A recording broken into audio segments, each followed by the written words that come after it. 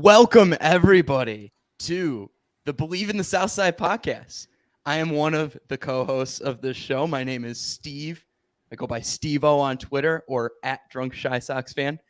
And I'm joined with the one and only Carrie at That Baseball Fan. Carrie, how you doing? Steven, what's going on? Not much is going on.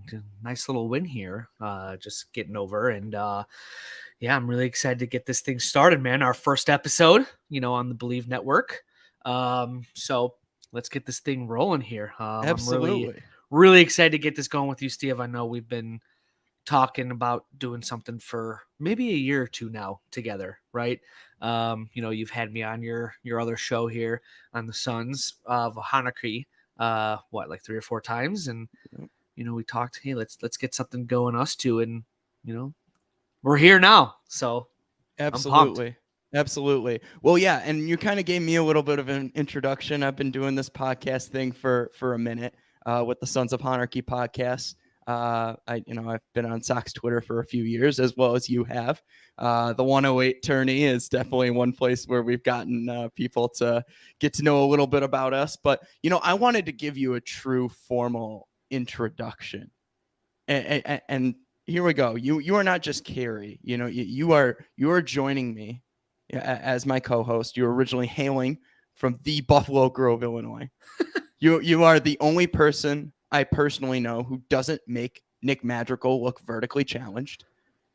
You are the Jonah Hill lookalike, which really means that you believe that the White Sox should play into the Moneyball mantra. You're the biggest Jerry Reinsdorf stan and Rick Hahn hater that I know. And whatever people tell you are not at That Baseball Fan. You are at That Base-By Fan. Yep. With the 2 eyes. Exactly. Ladies and gentlemen, my co-host, Carrie. Steven, thank you for that. And I hate you because I hate Jerry Reinsdorf. But you are so right. I hate Rick Hahn. Everything about him. Just the way he even breathes, I hate. And I know that's really mean, but I don't care. And yeah, my Twitter name really is That Base-By Fan. I used to be That Baseball Fan, but that ship has sailed.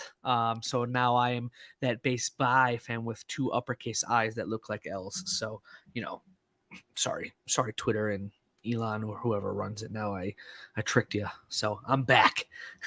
Yes, indeed. Way to trick him, Carrie. I'm proud of you. So, you know what? Let's talk a little bit about the show first and foremost and what we're going to be doing. We had our teaser episode so people can go back and listen to that and really hear what we're all about. But, we're going to be doing this twice a week. We're going to be joining people over YouTube Live, as well as dropping these episodes in podcast form on Apple Podcasts, Spotify, whatever podcast platform people listen to their podcasts on. And we're going to be dropping those immediately after we get done live. So it's really exciting stuff. We're on social media on Twitter and Instagram at Bleav, BLEAV, Southside. So we're getting this thing off the ground and we're really excited for this thing. 100%. And, like you said, we're doing this twice a week, right? I love it. We're going to be, going over what's ahead, and we're going to be recapping, what just happened too in the week for, the White Sox. So, today, being the first episode, we'll obviously, we'll go over our agenda and, but we'll be talking about, the A series and, what's ahead with the Royals. So Steve, I'm excited. I know that you're very excited. We've been talking about this for a while. So why don't we get the show on the road here and, start talking some White Sox baseball. That's why we're here, right? Oh, yeah. And you know what? I've been a little bit preoccupied this weekend, but I definitely have my takes from the Athletics series here, where the White Sox just took 2 out of 3. But let's hear your initial takes first and foremost, Carrie, about how the Sox performed this past Friday, Saturday, Sunday. Yeah, so I was actually at the game yesterday. So I really watched yesterday. Today, Friday, I was a little preoccupied, actually. I watched and saw Thor, which 10 out of 10. If you have not seen Thor yet, go see it. Great movie.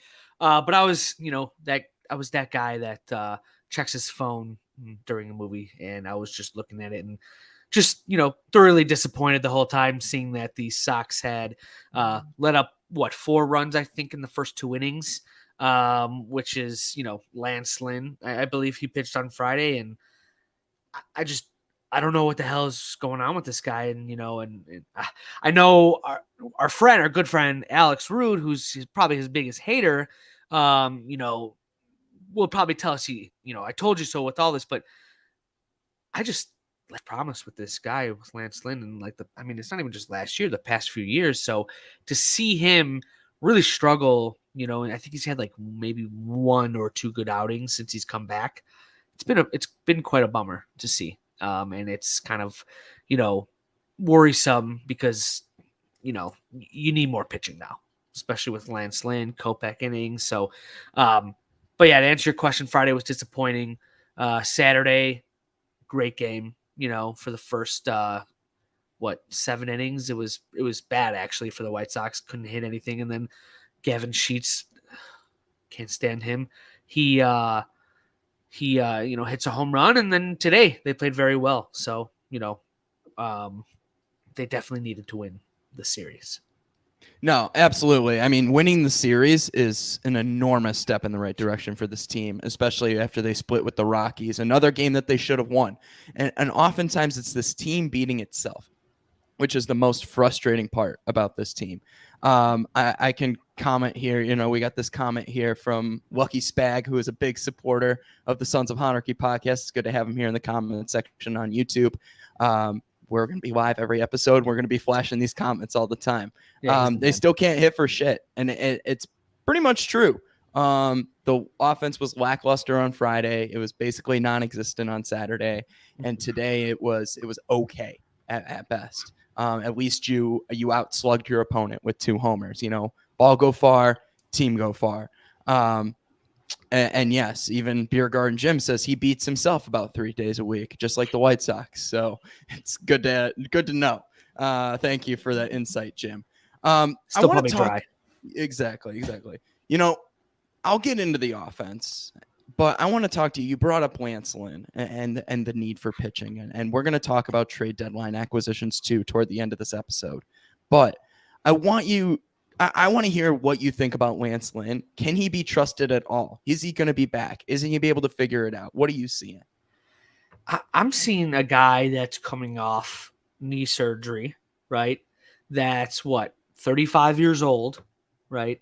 And really in his career hasn't really gotten hurt too much. I mean, he's, I think 2018 he was hurt, but really besides that, the guy's pitched, a ton. 30, at least 28, 30 games a year. I don't think he's really used to this whole, getting hurt, going through rehab, almost like acting like right now is his spring training-ish kind of, which I hate to say, but I mean, I'm just seeing a guy right now that really is struggling, and, it's worrisome, especially if, some of the fans here are going to be treating this guy like he was last year when he, at a 2.6 ERA, his whip was outstanding, and still threw a lot of Ks and minimal walks. But you're not seeing that this year out of Lance. You're seeing the velocity's down, the walks are a little up. It's not a good recipe. Yeah, for sure. And actually, his walk percentage really isn't that bad. I think he's walking under 2 per 9, which is fine. But it's the velocity. You absolutely bring up the biggest issue with him. I did a little bit of StatCast searching up before this to kind of figure out Lance Lynn. And he's got the spin on his fastball still and spin on his pitches, which is great. But his velo is in the 22nd percentile. And when 85% or, even inching toward 90%, which is where it was last year for Lance Lynn, when 90% of your pitches are fastball type pitches, 4-seam, cutter, sinker, then you cannot be in the 22nd percentile for your fastball. It's just not going to work in today's baseball. So I'm worried. I think he's washed, to be honest with you, Carrie. I think he's hitting that point in his career where he's done. He's been pitching for a long time. The mileage is starting to add up. And I hate to be this guy, but our guy, Beer Garden Jim, brings it up. Lance Lynn is out of shape. very, very out of shape. Listen, you don't have to not say fat because I'm on here, Steve. Okay, All right, he's fat. a fatty. He's a fatty. He's fat. He is. It's true. I mean, he's just, and that goes along with the knee injury too, right? I mean, you're fat, you're out of shape, you're getting older, and you had a knee injury. Like, this him hitting rock bottom, right? Is this him? Is this the decline? And then, the genius Rick Hahn, of course, gave him a 3-year deal, of course. To extended him 2 more. Yeah. 2 more, yeah, exactly. So, I mean, I'm looking at his game log here. He's had, what is this? 2 starts where he has let up 3 earned runs or that's it. No, 4 starts, right? But those other 2, he went 5 innings, 3 earned runs, and 4 innings, 3 earned runs. That's still not good, right? Yeah. I mean, the only start that was impressive to me was his San Francisco start. And then when you put Cleveland that too. into in the Cleveland one, you're right. And that's it. But I mean, you've got 2 really bad offenses, in my opinion. I mean, Cleveland's been actually okay this year offensively, surprisingly, but San Francisco's just god awful. Yeah. So yeah, I don't think the case is out for me with Lance Lynn. Like, I don't want to see him, as bad as it sounds, I don't want to see him, if the White Sox make the postseason, pitch in the postseason. I would agree with you. I think, I mean, real quick, what would your starting rotation be? I mean, you obviously have Dylan Cease starts game 1, right? Unless it's in Toronto, because then you can't do that if it's in Toronto. But you definitely start with Cease, and then it's really like, okay, who from there? That's the problem. Absolutely. And we'll talk about that with the whole trade deadline talk. But still, I mean, I don't pitch Lance Lynn. 100%. I don't either. Yeah, I think with the season that Cease is having, it's going to be Cease, then Kopech, then Giolito, or even Cueto, and then Giolito. I would go maybe, or you stagger Cueto as the 2, because like Cease and Kopech, I mean, and Cease isn't even as fastball heavy. Actually, his slider was his number 1 pitch today, by a significant amount, and he was still getting tons of whiffs. So shit, I mean, that would be my rotation right there. I would go Cease, Kopech, Cueto, Giolito. Oh God, that is just god awful. But I mean, here's the thing. It has the potential still, right? I mean, when we're talking about Lucas Giolito at his best, we're talking about Michael Kopech at his best. Cease has obviously shown us his best in his last 12 starts, and I'll talk about that in a second too. In Cueto, I mean, shoot. I mean, all of these points that I'm bringing up here are actually playing into what I want to talk about with this weekend. Let's start with Johnny Cueto. I mean, say what you will about Rick Hahn and his offseason, but Johnny Cueto has been a godsend to this rotation.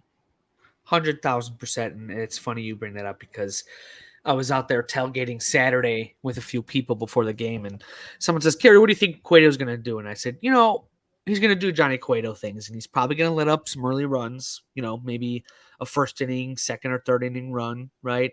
And he'll probably still pitch about 7 innings and let up 2 runs. And I go, and the Sox will still be losing. And that's exactly what was happening. So I was like looking at my friends just like, why am I right on this? Like, this stinks, right? But then obviously Gavin Cheeks hit that home run, but Cueto still pitched great. I mean, he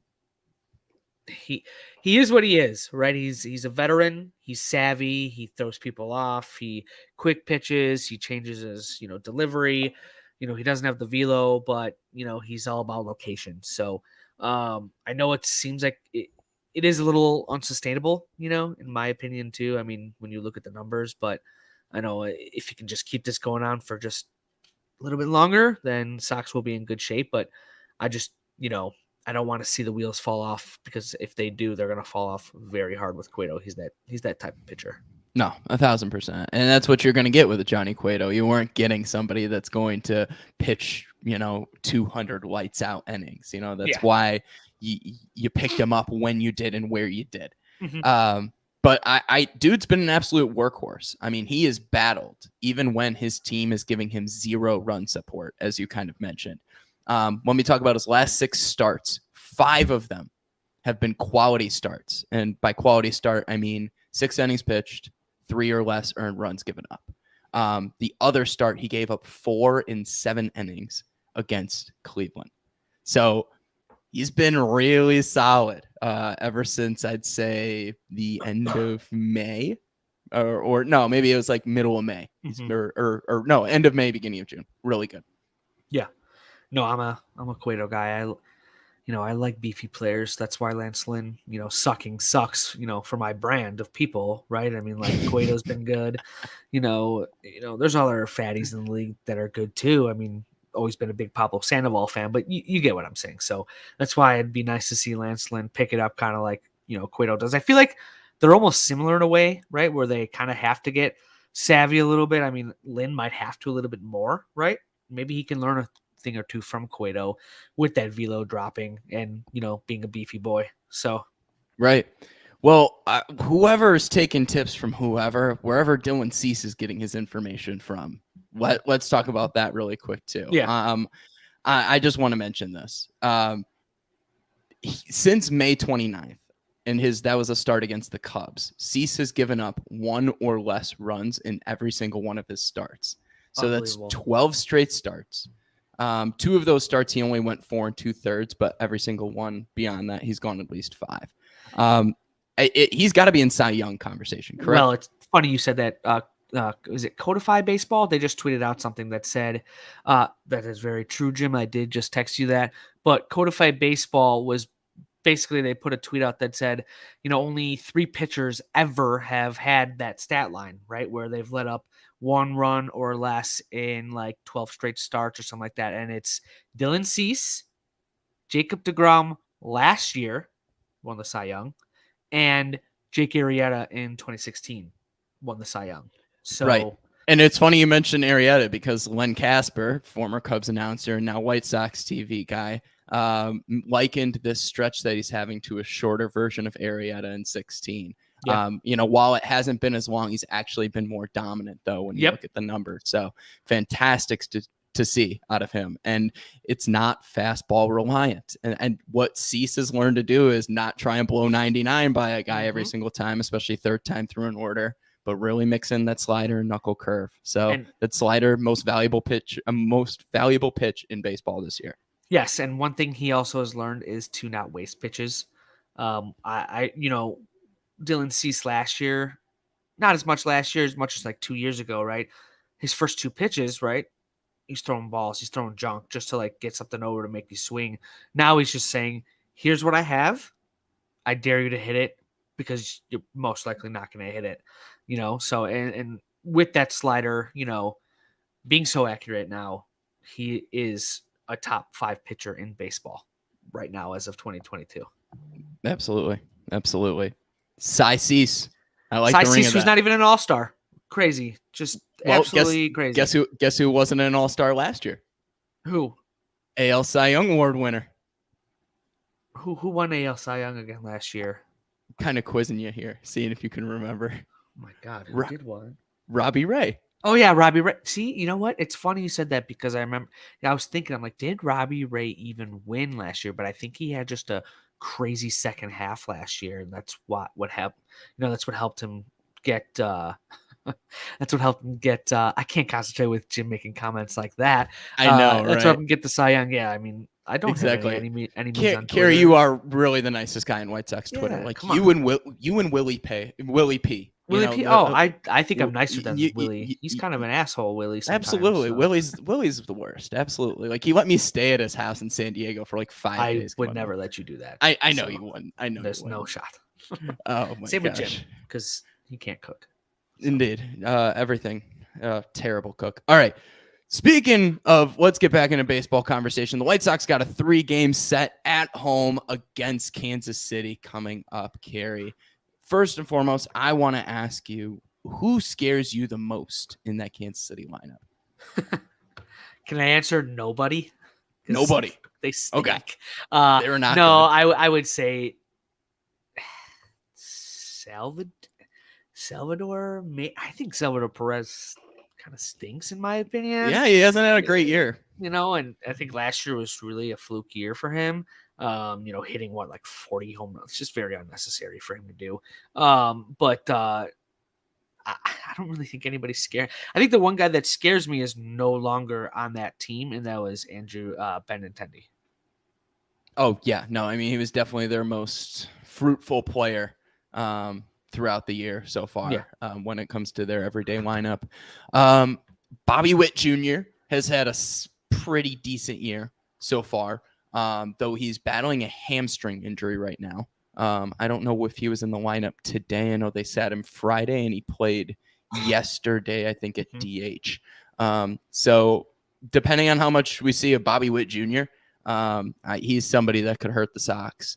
And then Michael A. Taylor is, I feel like he's been a White Sox killer the last couple years. And although he's cooled down a little bit since his hot streak this year, he's really good on defense too. So I would say look out for those two guys. Salvador Perez is a funny one because he's having a below average offensive year this year, not just by his standards, but by league standards. So he's definitely getting a little up there in the years. I think he's starting to slow down.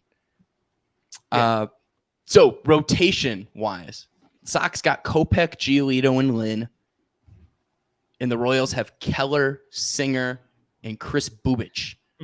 I was just looking at that too, and I was going to tell you, I don't think it's as much as the hitting that scares me with Kansas City, because I don't think they can. I mean, I'm pretty sure they can't hit.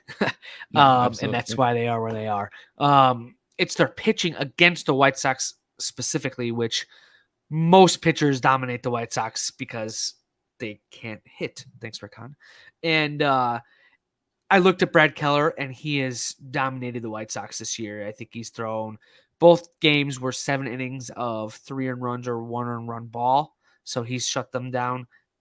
Singer came in, I think his first start of the year, he dominated the White Sox. Absolutely just rolled over them.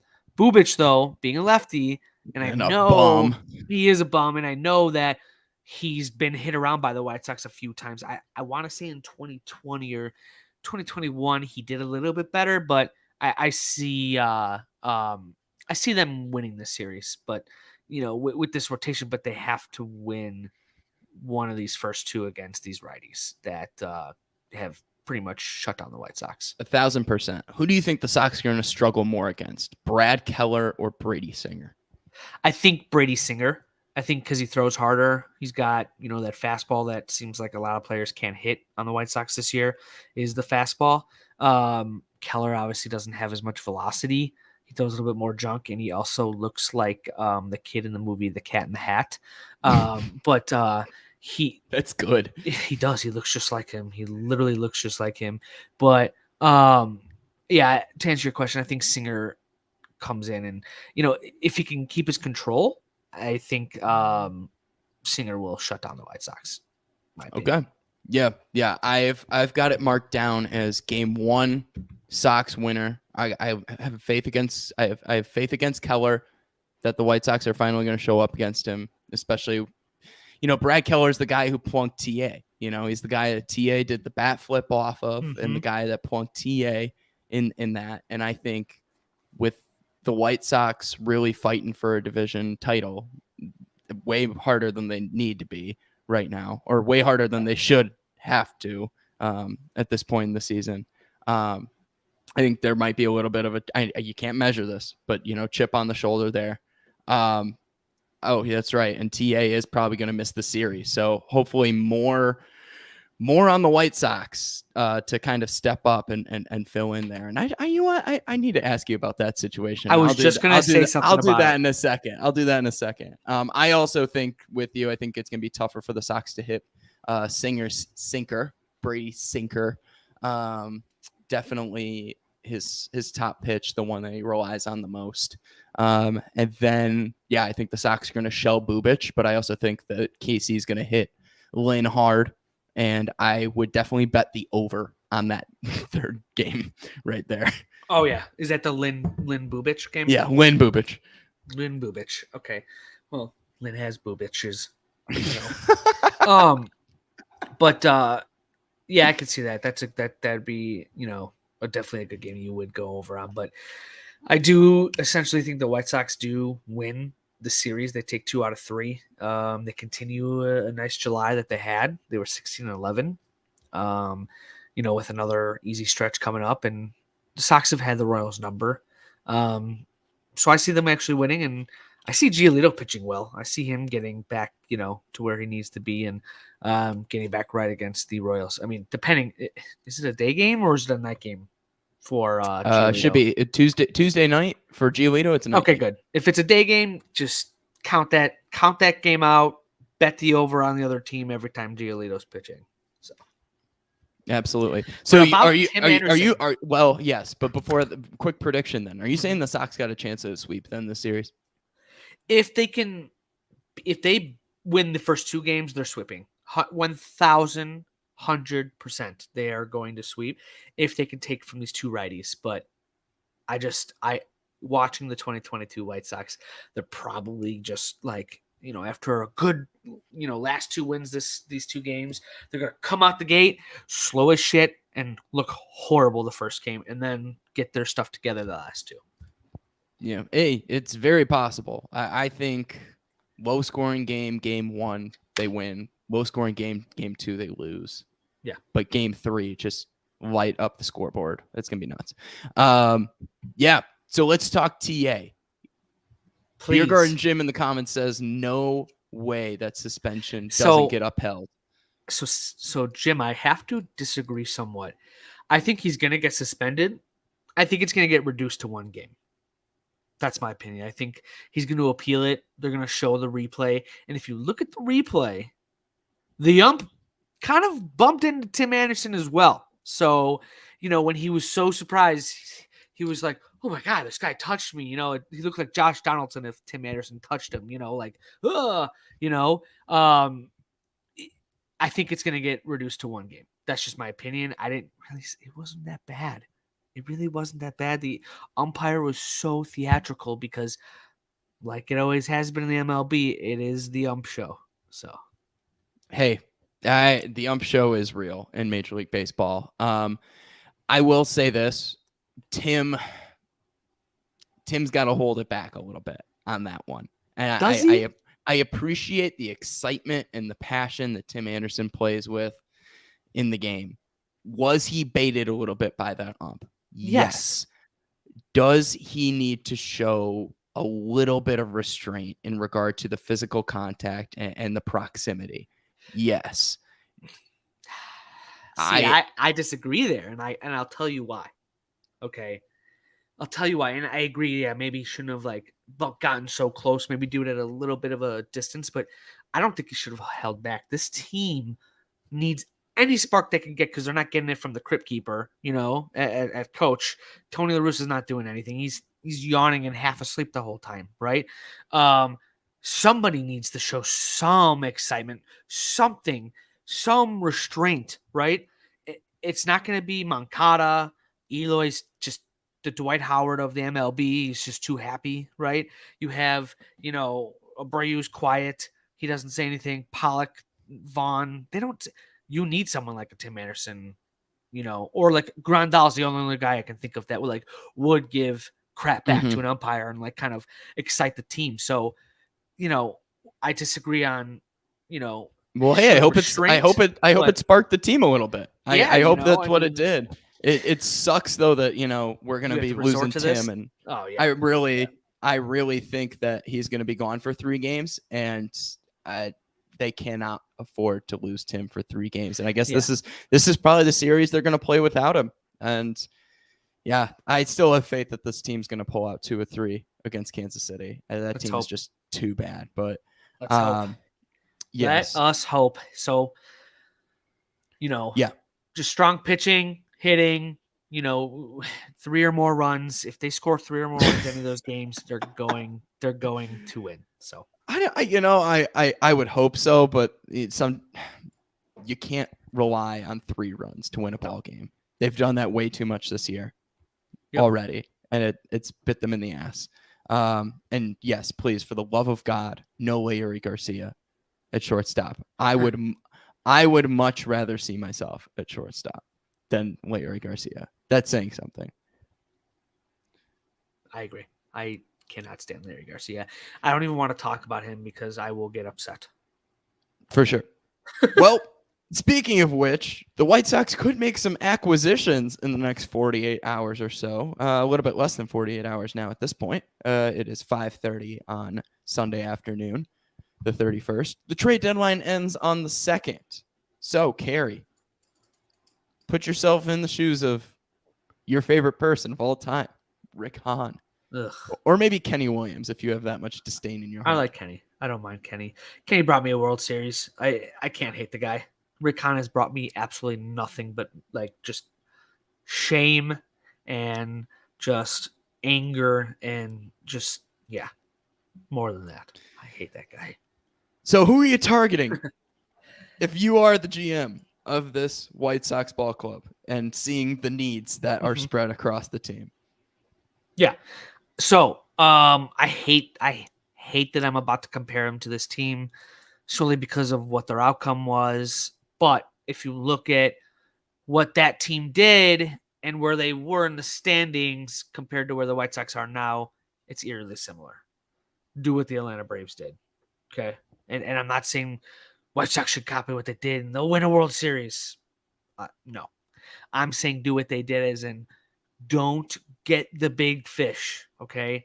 Don't spill the farm that you don't already have, Rick, especially on relievers, Rick, which you're probably going to do anyway.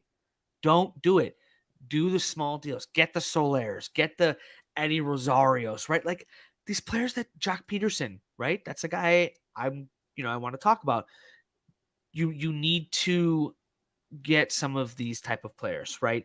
Just a plethora of players that can hit and, you put them in different situations so you can replace the Larry Garcias, the Gavin Cheeks in the lineup, these type of guys. So one guy, I'm looking for that could cost cheap is someone I just mentioned is Jock Peterson. Giants have to be selling. Jock Peterson's got a OPS plus of 125. He's got 17 home runs, which would lead the team by like 5 or 6 home runs. His he can't field the ball, which at this point doesn't really matter. Nobody else can, right? Like he's definitely still an improvement from Gavin Sheets. So why not get a guy like Jock Peterson? That would be my first target. For sure. I absolutely agree with you. I have been saying this I've been saying this for 2 years about Jock Peterson. Rick Hahn in the front office has had multiple opportunities now to go after and get Jock Peterson, and they have refused to. And I know a lot of it that one year came down to, oh, we want to platoon you. So, and he didn't want that. Fine. But pay him then. He's not going to turn down the opportunity to platoon if you're going to pay him the right money. Correct? Yep. 100%. So this is with San Francisco selling at the deadline. They absolutely have to be selling at the deadline at this point with whatever pieces they think they can sell off. Carlos Rodon included, possibly. I would love, you want to get real crazy, throw in a Jock Peterson, Carlos Rodon trade. I know that would cost you an arm and a leg. I don't think the White Sox can afford it. But Jock Peterson should not cost you that much. No, and I think that's absolutely a piece that the White Sox should be willing to add. I know some people would prefer Joey Gallo over. I was going to talk about him. Now, my issue is that this team doesn't need to strike out any more than it already does. It already strikes out enough. And I know Joey Gallo is a power bat, but Jock Peterson is a more consistent offensive presence this year, and the White Sox need that despite their lackluster defense in the outfield. Right now, a consistent left-handed bat that can give you power is better than a bat that might explode eventually, but gives you solid defense. So here's what I'll say about Joey Gallo that would be different than Jock, right? Jock's got more homers. In that aspect, and he's slugging a little bit better, right? But when you look at Joey Gallo's stats home and away, when he's away, he is a 105 OPS plus player, right? He's decent. When he's not playing at Yankee Stadium, he's a decent ball player. OBP, an average. Who gives a crap about the average? But the OBP's, much better. The slugging's much better. The OPS is better. And what you get from Joey Gallo that you do not get out of Jock Peterson is a Gold Glove outfielder. Joey Gallo is a fantastic outfielder who can also play first base very well. And the man can play third base. So, Jock, I think, would be the better addition. I'm not saying don't get Jock, but you also can get a guy like Joey Gallo who's, a little bit more versatile and a better fielder. Yeah. And very, very small, Jim, by the way, to answer your question in the comments here. What are your thoughts here? Speaking of being small, what do you think the chances are of the White Sox trading with the Northside team again? I wouldn't even doubt it would happen again. One guy in particular, right? There's a few relievers from there. I don't even know who. Maybe David Robertson. That would be a very, very, very funny reunion to have D-Rob back. But Marcus Stroman, that's the type of guy, starting pitcher that wouldn't cost much, 2-year deal. When I say cost much as in prospect capital, Marcus Stroman would not cost much. I think he'd fit in with this team, and I think he's a good pitcher that can take off some innings from Michael Kopech, take off some innings from Lance Lynn, right? And then in the playoffs, he's the type of guy where you could throw him in the bullpen, throw him in high leverage situations, but it does not hurt to have a guy like a Marcus Stroman just laying around there.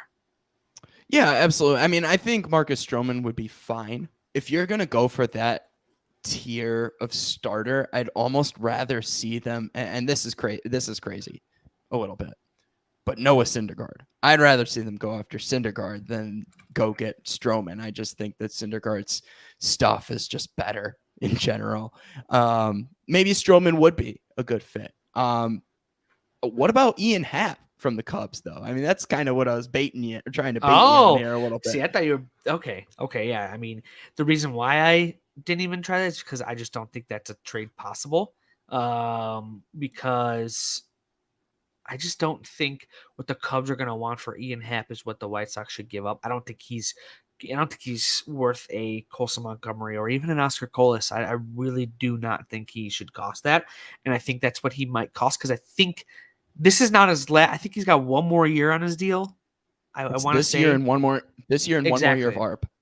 Exactly. So you got one more year of ARB. So he's going to cost one of those two guys, and kind of the theme I've gone with, in the beginning of this conversation was, don't, sell your farm that you really don't have for, a guy like Ian Happ, I think he's what a if ball the Cubs player. come to you and they say, all right, say a trade with Yoelki and Matthew Thompson and Jared Kelly.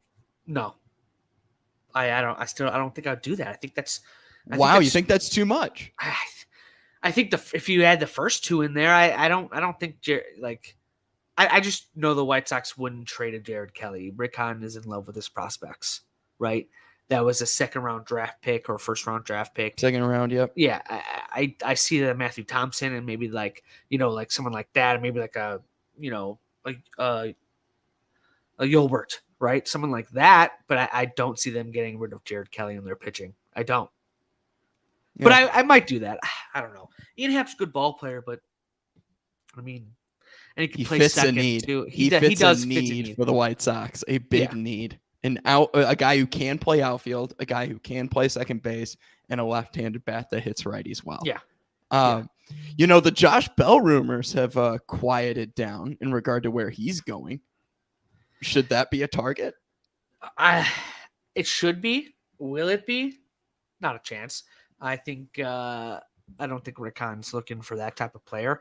I honestly think he's the worst GM in sports. I'm sorry, but he is. He's the worst. And I hate to say this, but Rick is not going to do what everybody else thinks he should do because he's the smartest guy in the room. He's just not.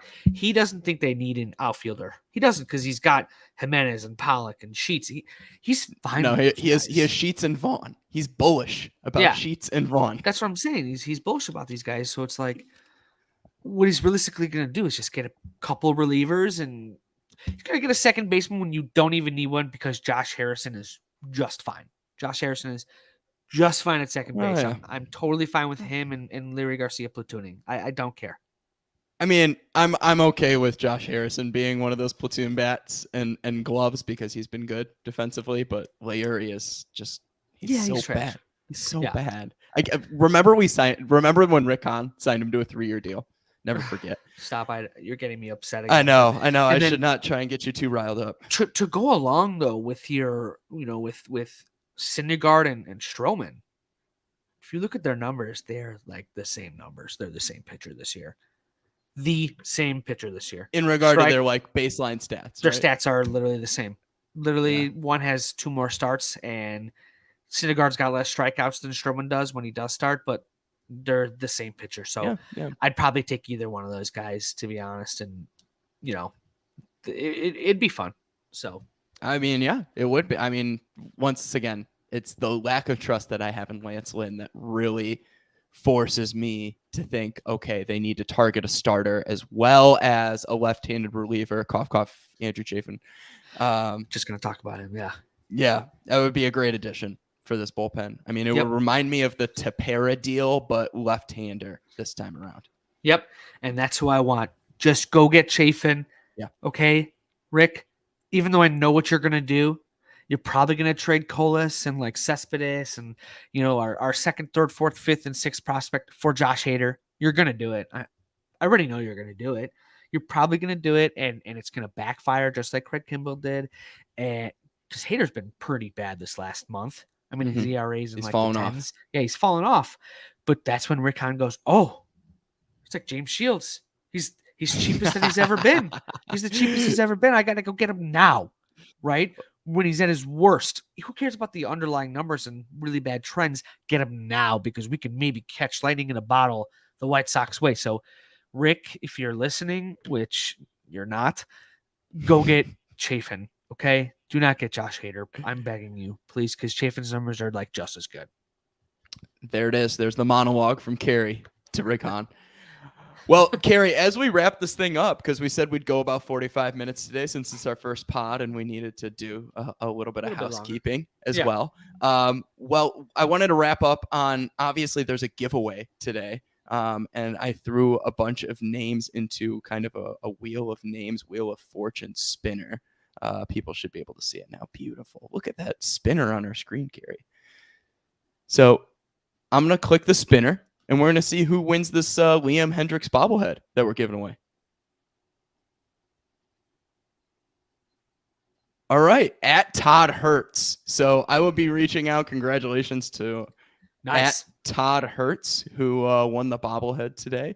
And I will make sure that is sent out in the mail for one Perfect. Todd Hertz. Carrie, final thoughts as we wrap this podcast up. Our first episode of Bleav in the Southside. Final thoughts, Steve, this has been a great show. It's been fun. It's first of many. I'm really excited to get this thing running here. Jim, shut up 45 minutes. Then don't watch. No, I'm just joking. You should watch, Jim.